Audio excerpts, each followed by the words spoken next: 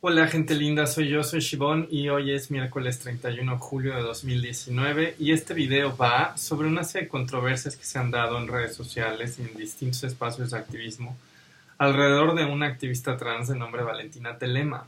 Ahora, llevo... No es la primera vez que pienso que quizás sería útil hacer un video, no sobre ella, porque eso me parecería inadecuado, pero sí alrededor del tipo de discursos que se están gestando alrededor de su práctica política y que creo que desafortunadamente desbordan pues la vida y la estrategia política que esta persona está siguiendo, ¿no? Y ahí es donde quizás creo que tener una posición pública sí podría ser útil. Pongo en contexto a la gente que no sepa de quién estoy hablando. Valentina Telema es una activista que ha estado en varios espacios trans y a veces en algunos espacios feministas, y que desafortunadamente se ha hecho famosa por una serie de videos que se han viralizado en redes sociales, donde ella trata de entrar sobre todo a vagones, vagones dedicados a mujeres, y le piden que se retire. La razón por la que le piden que se retire es porque Valentina Telema tiene una expresión de género que tradicionalmente leeríamos como masculina. Es una persona que tiene una barba muy muy poblada, tiene bigote, este, vaya, o sea, probablemente ustedes leerían la expresión de género de Valentina como el de un hombre.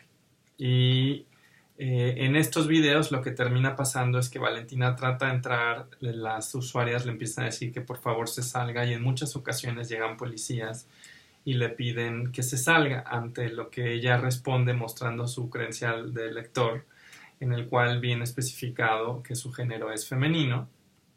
Y entonces dice, pues de acuerdo a derecho, yo tengo derecho a estar aquí, ¿no? De acuerdo a la reglamentación vigente, yo tengo derecho a estar aquí. Y lo que ha pasado es que los policías, en la inmensísima mayoría de los casos, hasta donde yo he visto prácticamente en todos, ignoran la credencial y le dicen, sabe que este espacio, pues su credencial puede decir lo que sea, pero este espacio no es para usted, por favor, retírese. Y estos videos han circulado y han generado toda clase de respuestas, tanto adentro como afuera del colectivo trans. Afuera han generado sobre todo burlas, diciendo que pues, la ideología de género, burlas o incluso han sido tomados como excusa para decir, miren la absurdez a la que, esa palabra no existe, pero bueno, miren lo absurdo a lo que nos ha llevado la ideología de género, miren a esta persona, normalmente dicen, miren a este hombre que cree que es una mujer y miren cómo se ve, este es el absurdo de la ideología de género. Entonces hay respuestas de todo tipo ante estos videos donde sale Valentina tratando de estar en un espacio como un vagón. Están desde estas respuestas que tratan de usarlo como un ejemplo de lo absurdo de la ideología de género. Están las que son francamente de burla, que quizás sean las menos graves, lo cual no quiere decir que no sean graves. Eh, Están también, por supuesto, las que han motivado respuestas desde cierto feminismo crítico de género que dicen, aquí está el ejemplo más claro de un hombre que quiere irrumpir en espacios de mujeres y violentarnos en un espacio que tendría que ser seguro. Y también hay respuestas desde el propio colectivo trans que han dicho que está parodiando lo que es la experiencia trans, ¿no? Y en ese sentido, más que evaluar a Valentina, porque creo que no me toca, lo que sí quisiera es tomar una especie de stance o posición acerca del tipo de discursos que se están generando alrededor de esta situación, porque creo que hay algunas cosas que sí son peligrosas y que sí tendríamos que mencionar. Pero bueno, Valentina Telema se empezó a hacer famosa hace unos 2 años y medio.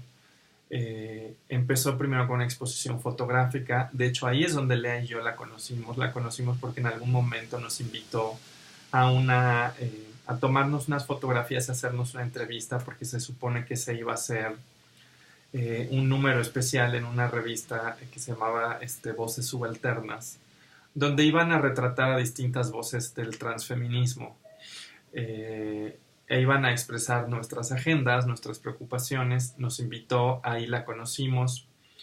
En un primer momento nos sorprendió su expresión de género tan masculina, pero precisamente como han estado cambiando realmente las lógicas del género, de alguna manera nuestra lectura inicial fue, bueno, pues, ¿por qué tendríamos que tomar una actitud evaluativa, ¿no? Al final el número nunca se hizo, pero sí se hizo la exposición fotográfica, lo cual fue muy triste porque justo todos los testimonios críticos y políticos no se recuperaron. Y yo creo que era la parte más interesante de las entrevistas que nos había hecho. Y sí se recuperaron las fotos, de hecho también esa situación fue muy sonada porque no invitó a ninguna de las morras que habían sido fotografiadas o que habíamos sido fotografiadas ni a hablar ni a la inauguración, cosa que de alguna manera a mí por lo menos sí me molestó porque me pareció una instancia de extractivismo del discurso que una ha ido desarrollando, ¿no? Finalmente una se va formando, va creando un discurso político, una práctica política, con todas las fallas y limitaciones que se tengan.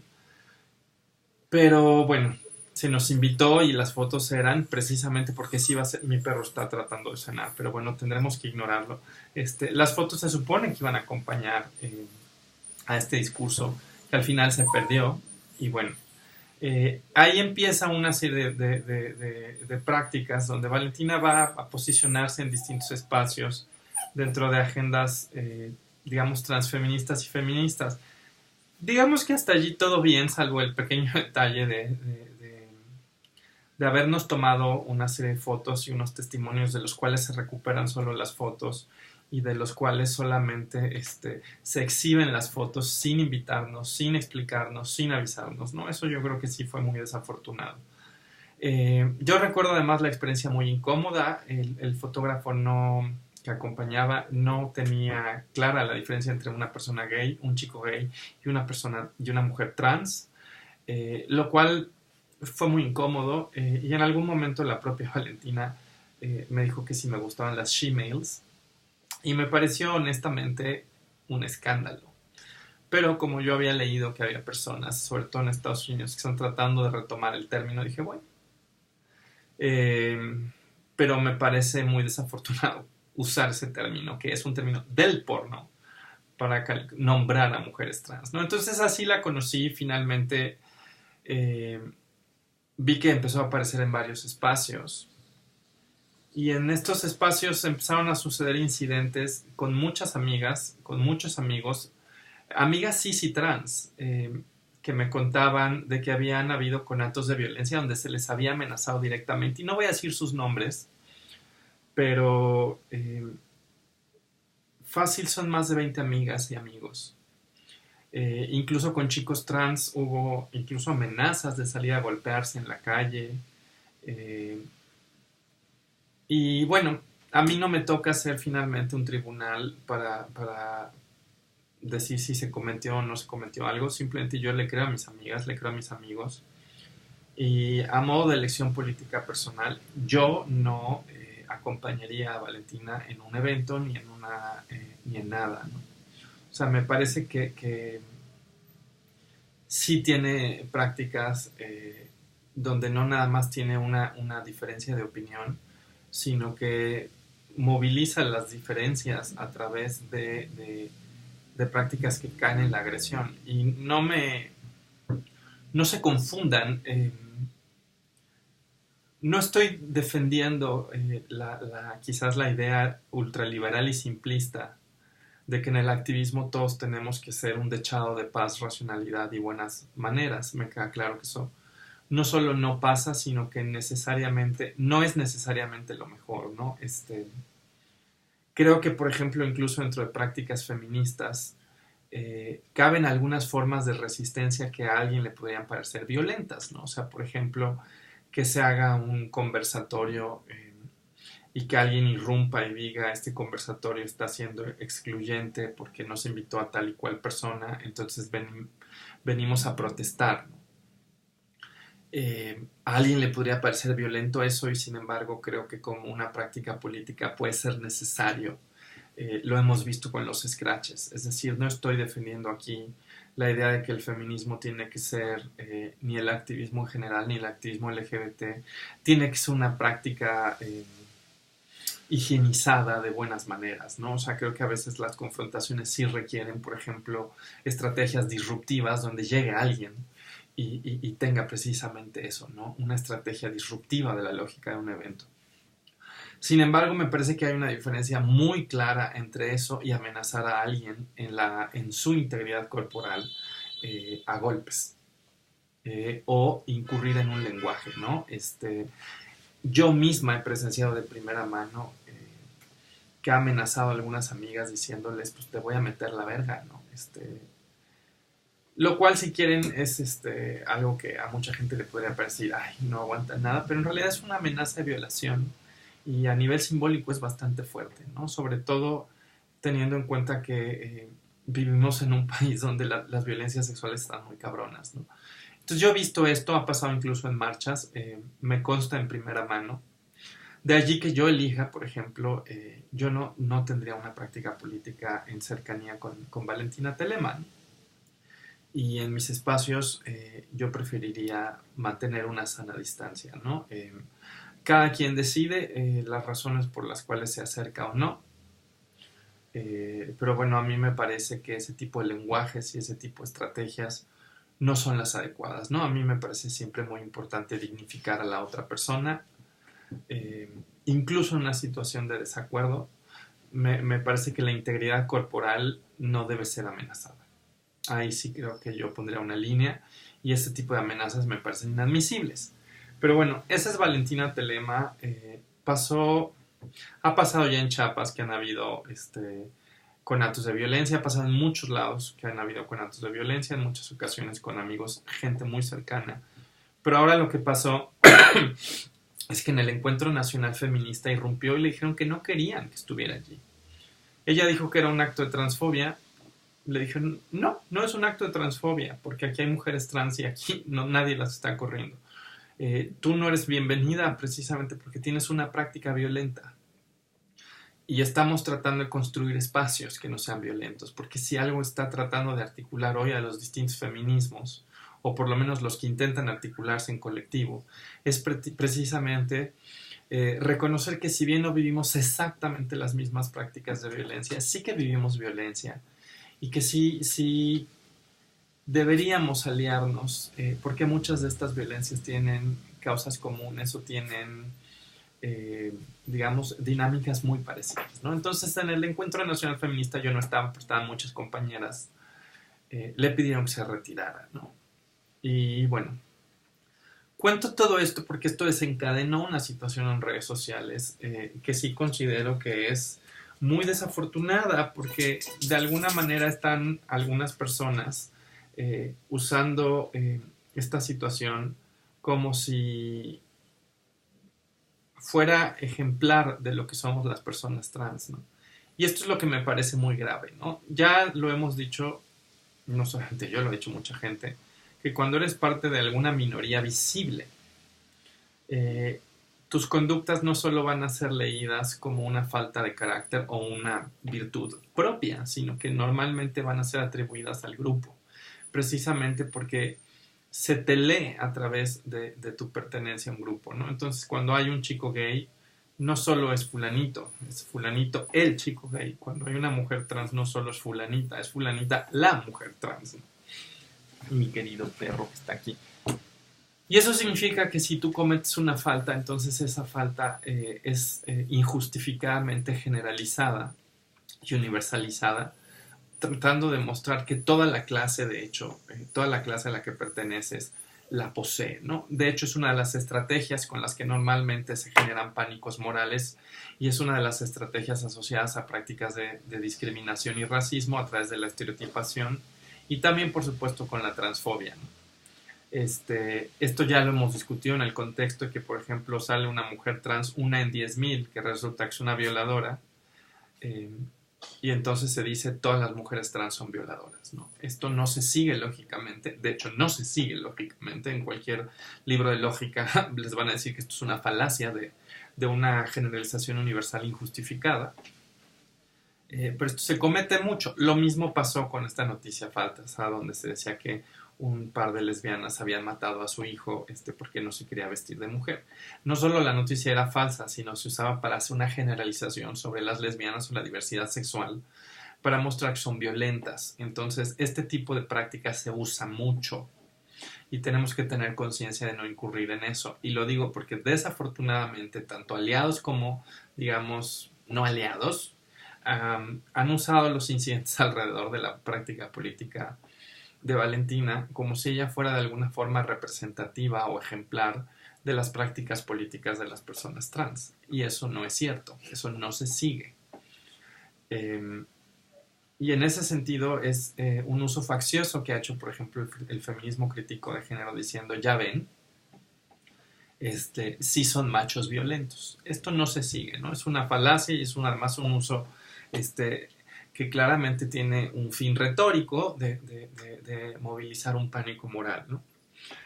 Pero bueno, desafortunadamente algo que también ha pasado y que me parece quizás más grave que esta generalización universal injustificada es que ha generado un debate en torno de la identidad de género de Valentina, cosa que me parece que es totalmente invasivo. Y sí quiero ser muy clara, yo sí critico su práctica política, lo acabo de hacer.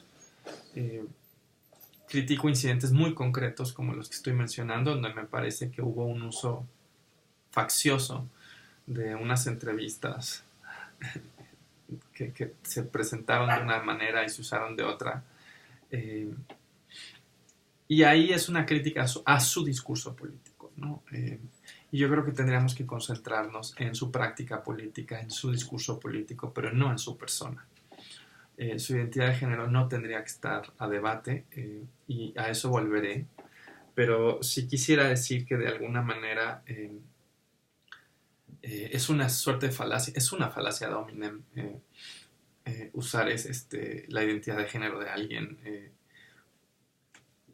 como una especie de descalificación, pero hay una especie de simetría en usar sus fallas políticas o sus limitaciones políticas para cuestionar eso, ¿no? Yo preferiría no hacerlo. Yo, por ejemplo, tengo una profunda diferencia con el discurso político. En alguna ocasión en esa entrevista, Valentina decía que a ella le parecía que el género era una ficción política auspiciada por el Estado. A mí me hizo mucho eco esa afirmación porque me parece que es empíricamente falsa y que además es políticamente simplista y es peligrosa. Me parece que decir que el género es una ficción política auspiciada por el Estado, de entrada es sobredeterminista porque se supone que el Estado de veras puede todo en la vida social, lo cual no es cierto. Y menos en un lugar como Latinoamérica, donde los alcances del Estado luego son muy limitados, ¿no? A pesar que luego es brutal, ¿no? Pero es históricamente falsa porque sin duda antes del surgimiento de los estados modernos en el siglo XVIII ya teníamos patrones de género, ¿no? Entonces, primera falsedad es esa. Segunda, que hay una serie de dinámicas microsociológicas, micropolíticas donde el Estado no está jugando un papel estructurante, donde pueden estar otro tipo de estructuras como la religión o la familia teniendo un papel mucho más central, ¿no?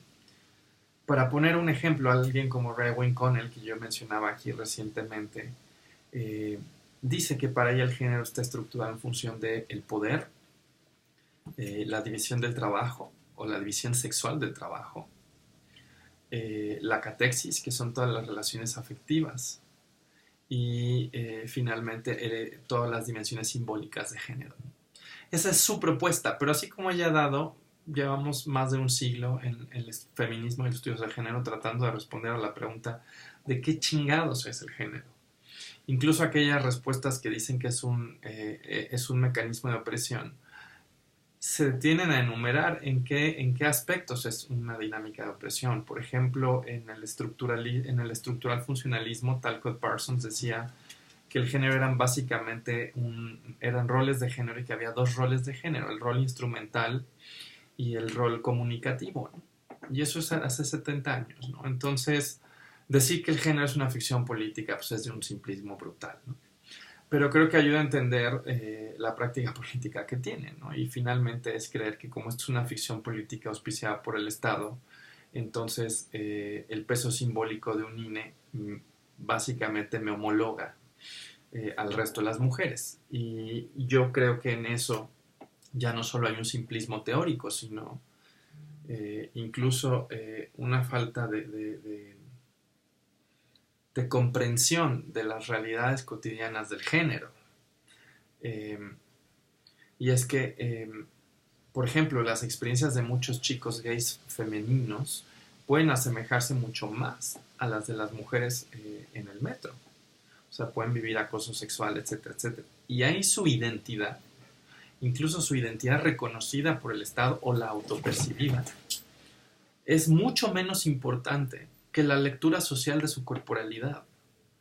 En ese sentido es que hacer esa equiparación es peligrosísimo, porque no te lleva a entender ni siquiera cómo son las dinámicas mismas de violencia, de opresión, de discriminación o de segregación. Y de ahí no vas a hacer una práctica emancipatoria eficaz. O sea, una mala comprensión de lo que es el género va a limitar no solo tu percepción teórica, sino el tipo de apuesta política que puedes construir, ¿no? Entonces, desde ahí yo, por ejemplo, le diría, yo creo que es un muy mal punto de inicio.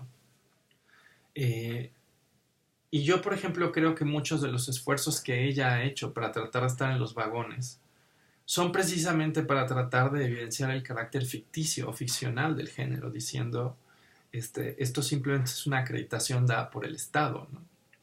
Y de alguna manera lo que no se da cuenta es que la propia fricción a su presencia falsea su tesis más central, que es una ficción auspiciada por el Estado.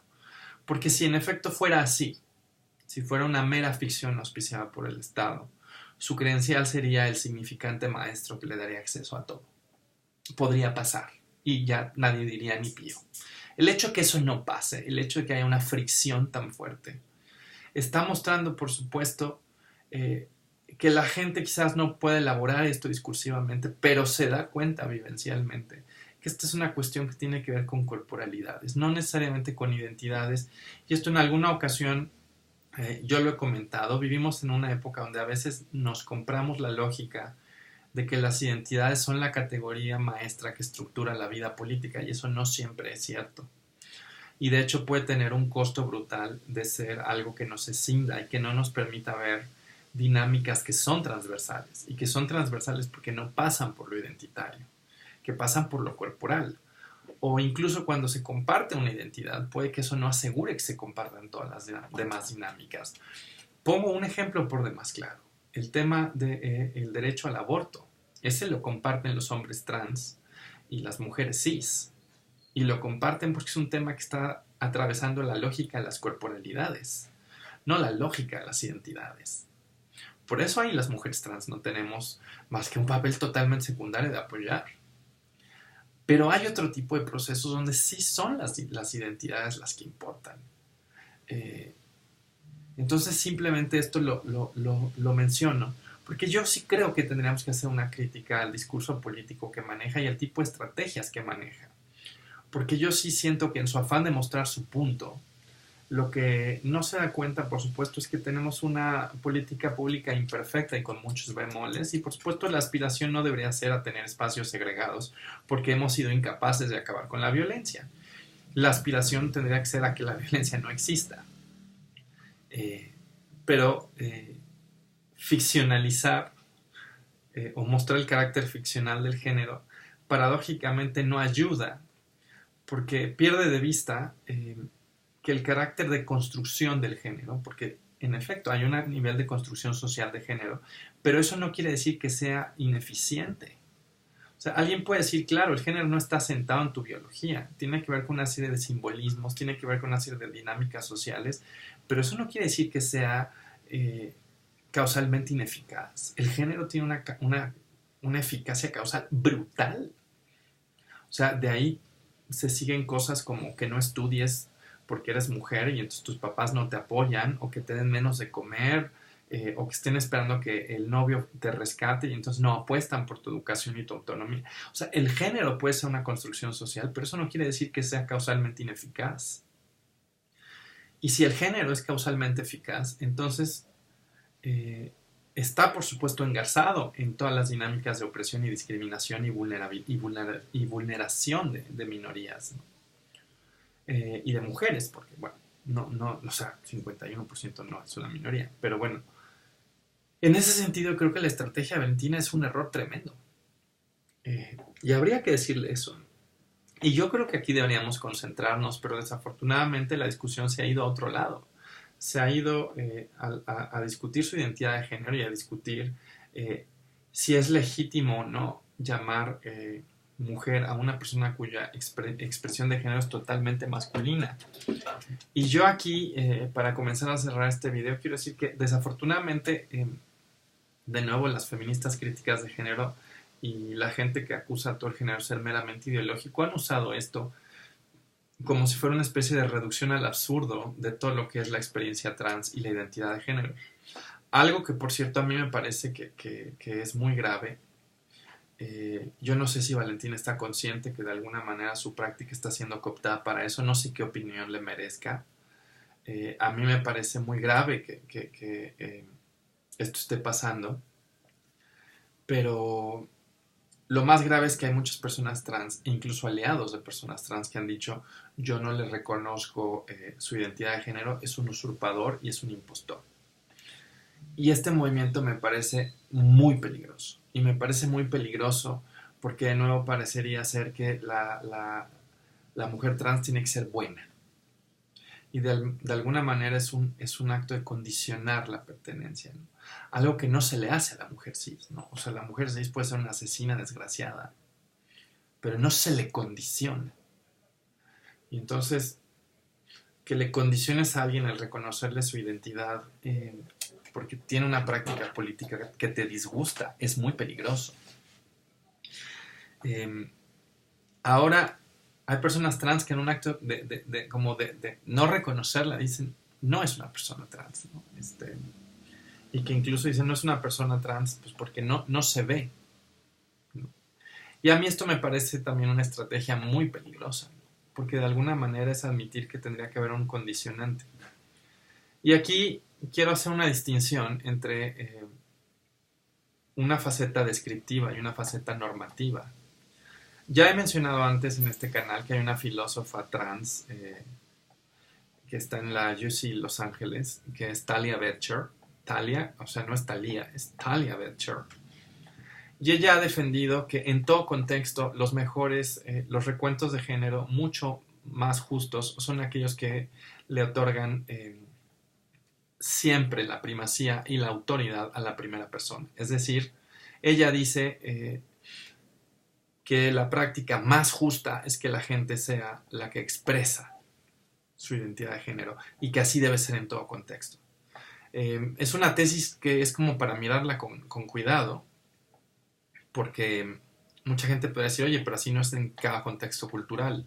Decir que así tendría que ser en cada contexto cultural parecería darle luz verde a una especie de reforma de prácticas culturales que no son la nuestra, y por qué eso estaría bien, ¿no? Y la respuesta que ella te daría es: porque muy probablemente esas prácticas son limitativas y opresivas para las personas que allí viven, ¿no? Entonces ella dice: la práctica más justa será siempre la autonomía irrestricta de la primera persona a la hora de autoascribirse un género, porque toda otra práctica de alguna manera se vuelve limitativa.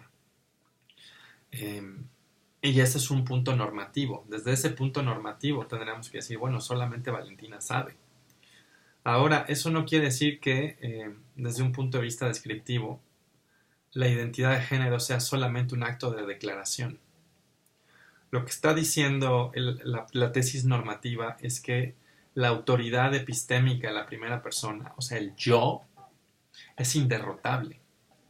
Eso no quiere decir que el género sea solamente una declaración. Y aquí un ejemplo puede ayudar muchísimo, que es el caso del dolor.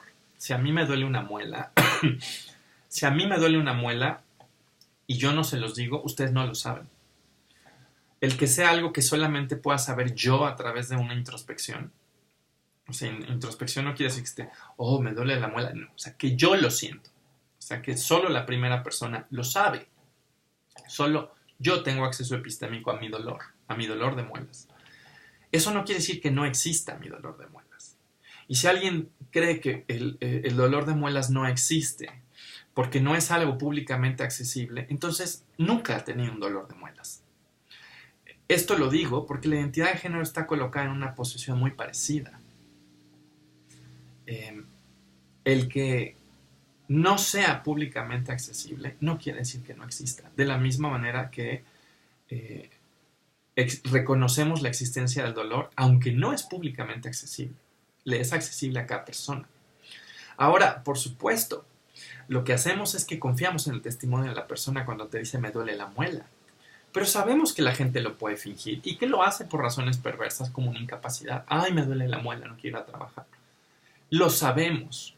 Sabemos que pueden haber esas razones perversas. Pero muy probablemente no construiríamos un mejor mundo si cada vez que alguien llega y nos reporta un dolor, no le creemos. Y entonces tratamos de buscar otro tipo de marcadores. Porque muy probablemente haya ocasiones donde esos marcadores no van a estar. Por ejemplo, el síndrome de Meniere, que es lo que yo tengo, que luego me da un vértigo, no puede ser detectado más que a través del testimonio de la persona. Y eso te lo dicen los médicos. Y a veces tienes un vértigo muy fuerte y no hay manera de detectarlo. Si descreyeran entonces de que yo siento eso, sería un acto de injusticia. Entonces, ni modo, esta es una de las asimetrías ontológicas. Hay cosas que existen y solo son accesibles para el yo. Y existen. Entonces, esto lo digo. Pero ojo, eso no quiere decir que cuestiones como el dolor o la identidad de género o el vértigo sean solamente una experiencia cartesiana de una mente descarnada, porque no es cierto. ¿Qué pasa con el dolor? ¿Cómo reacciona el cuerpo ante el dolor? Lo notas, se corporiza en cómo te mueves, o sea, en que te agota, en que te cansa. O sea, eso se lleva al cuerpo. Lo mismo pasa con el vértigo. No puedes caminar, te caes. O sea, el hecho que la identidad de género sea epistémicamente accesible solamente para la primera persona no quiere decir que no tenga ninguna conexión con el cuerpo. Y es una cosa que ya he dicho aquí muchas veces. La identidad de género tiene que ver con una relación con tu imagen corporal. Tiene que ver con una manera en la que imaginas tu cuerpo, con una manera en la que incluso estructuras y erotizas tu cuerpo, y una manera muy íntima de relación con el propio cuerpo, pero también con la manera en la que deseas proyectar ese esquema y esa imagen corporal. Eso lo hemos dicho muchas veces, porque a veces hay gente que dice, esto es una mera creencia, como si fuera una creencia que tengo 10 minutos y se va. Y no. El hecho de que sea algo que solo sea accesible a mi subjetividad no quiere decir que sea transitorio y evanescente en términos de 10 minutos. Ahora, yo no estoy descalificando experiencias trans que pueden, en efecto, ser transitorias. Las hay, pero normalmente no duran 10 minutos, ¿no? Normalmente hablamos de experiencias que pueden durar meses, que pueden durar años. Y por supuesto, todo esto lo que muestra es que el género está cambiando muchísimo. Y no nos haríamos un favor, y ese es el punto de Talia Betcher, si restauramos las viejas prácticas de vigilancia de la psiquiatría. En efecto, lo que quería hacer la vieja psiquiatría era distinguir entre usurpadores o digamos simuladores y personas transgenuinas. Y eso lo que llevaba, por ejemplo, era a violentar, en efecto, la autopercepción de cada persona, a tener que someterte a lo que decía la medicina, incluso una serie de prácticas que no necesariamente querías. Y claro, el costo social fue altísimo. Estábamos hablando de miles de personas violentadas. Hagamos una estimación. En Ciudad de México hay .30, .50% de personas trans. Dicen algunos estadísticos que somos quizás 0.5% de la población. El INE en la encuesta que hizo de infancias decía que puede ser hasta el 2%. Como sea, vamos a hablar de 34,000 a 50,000 personas en una ciudad de 8 millones. Parece que le vamos a hacer justicia a 39,999 personas y solamente tenemos una situación donde la gente cree que puede ser una ficción. Yo creo que hemos ganado bastante en términos de justicia, permitiendo que en efecto sea la autoadscripción el criterio fundamental y que no deberíamos regresar a prácticas de vigilancia porque la historia de esas prácticas de vigilancia han sido brutales. Esas prácticas de qué tan genuinamente es esto. Ahora, eso no quiere decir que al reconocer la autoridad epistémica en la primera persona estemos diciendo que solamente es una ficción o que solamente es una creencia transitoria, ¿no? Lo hemos dicho así aquí, tiene que ver con la manera en la que estructuras tu relación hacia tu cuerpo, hacia tu vida. Cómo te imaginas en un futuro, cómo imaginas tu corporalidad. Entonces ya con esto básicamente cierro y lo único que yo quisiera hacer en este punto es, pues sí, yo quisiera hacer una invitación a aliados y a escépticos para que reconozcamos cuál es el punto de crítica y de discusión que a mí me parece importante y es qué estamos entendiendo por género, cuáles son las estrategias políticas adecuadas para luchar en contra de la opresión, si ciertas prácticas políticas o no tienen un lugar en el género y otras no, en teoría de género, en estudios feministas, en espacios políticos feministas y otras no. Y yo creo que todas esas son discusiones legítimas. Lo que me parece muy peligroso es abrirle la puerta a condicionar el género de alguien. A mí me parece un retroceso, ¿no? La buena mujer trans es la que es súper chida y feminista porque nos obliga a ser vanguardia y nos obliga a ser virtuosas y nos obliga a ser y por sorpresa, ¿no? No todas lo seremos y así es la vida, ¿no? Yo creo que la discusión tiene que ser sobre las prácticas políticas. Pero bueno, este video fue excesivamente largo, mentí, dije que iba a ser de 5 minutos. El que sigue va a ser un pastelazo así, con un gansito, bye.